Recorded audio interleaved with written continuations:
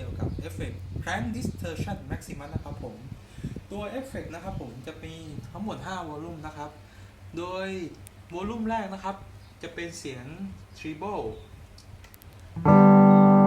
นี่จะไว้ปรับความกว้างของเสียงครับแล้วก็ตัวนี้นะครับจะเป็น Middle แล้วก็ตัวนี้จะเป็นเบสนะครับแล้วก็มี Master กับ Gain นะครับโอเคเราจะมาลองเสียงคลีนธรรมดาดูก่อนครับโดยที่เรายังไม่ได้ใส่เสียงเอฟเฟกต์กีตาร์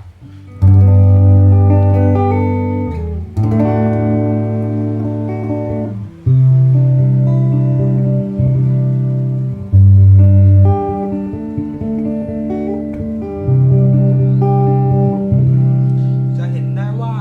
ตัวเอฟเฟกต์นะครับจะไม่ทำให้เกิดเสียงจีหรือว่าเสียง noise เข้ามาในเสียงของเอฟเฟกต์เลยนะครับ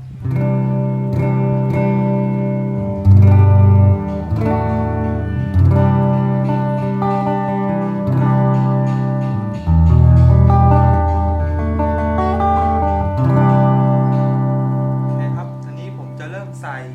Sound Effect ลงไปในกีตาร์ครับผมกดปุ่ม